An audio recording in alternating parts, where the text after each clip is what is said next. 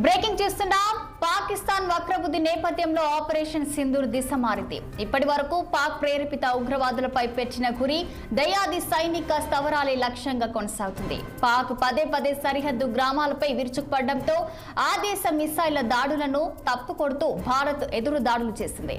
ఇక ఇస్లామాబాద్, లాహోర్, రావల్పీడిలో పాక్ సైనిక స్థావరాలే లక్ష్యంగా ఆర్మీ దాడులు చేస్తుంది.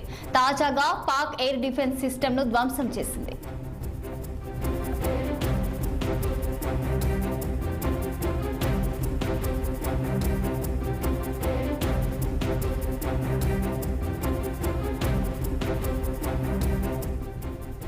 రావల్పీడి ఆర్మీ హెడ్ క్వార్టర్ పై డ్రోన్ దాడి చేసింది. ఈ దాడిలో సుమారు 1600 కోట్ల పాక్ ఆస్తులు ధ్వంసమైనట్లు తెలిసింది. చైనా నుంచి తెచ్చుకున్న HQ-9 క్షిపణి రక్షణ వ్యవస్థలో పాటు పలు పాక్ మిసైళ్లను మన ఇండియన్ ఆర్మీ ధ్వంసం చేసింది. అలాగే S-400 మిసైళ్లను వినియోగించి తిప్పికొట్టింది. ఇక పాక్ భారత్ పరస్పర దాడుల నేపథ్యంలో లాహోర్ వీడాలని తమ పౌరులకు అమెరికా యంత్రాంగం ఆదేశాలిచ్చింది.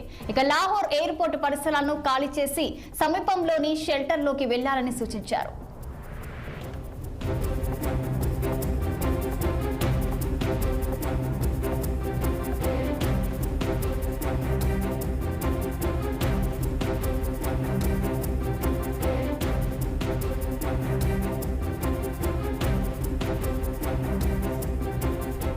రైట్, బ్రేకింగ్ న్యూస్ చూస్తున్నాం. పాకిస్తాన్ వక్రబుద్ధి నేపథ్యంలో ఆపరేషన్ సింధూర్ దిశ మారింది.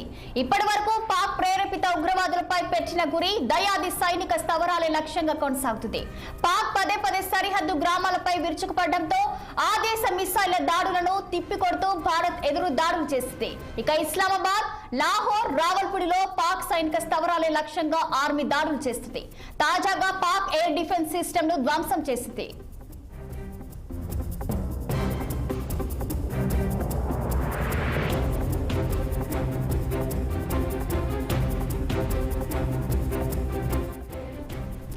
రావల్పీడి ఆర్మీ హెడ్ క్వార్టర్ పై డ్రోన్ దాడి చేసింది. ఈ దాడిలో సుమారు 1600 కోట్ల పాక్ ఆస్తులు ధ్వంసమైనట్లు తెలుస్తుంది. ఇక చైనా నుంచి తెచ్చుకున్న HQ-9 క్షిపణి రక్షణ వ్యవస్థతో పాటు పలు పాక్ మిసైళ్లను మన ఇండియన్ ఆర్మీ ధ్వంసం చేసింది. S-400 మిసైళ్లను వినియోగించి తిప్పికొడుతుంది. పాక్ భారత్ పరస్పర దాడుల నేపథ్యంలో లాహోర్ వీడాలని తమ పౌరులకు అమెరికా యంత్రాంగం ఆదేశాలిచ్చింది. లాహోర్ ఎయిర్పోర్ట్ పరిసరాలను ఖాళీ చేసి సమీపంలోని షెల్టర్లోకి వెళ్లాలని సూచించారు.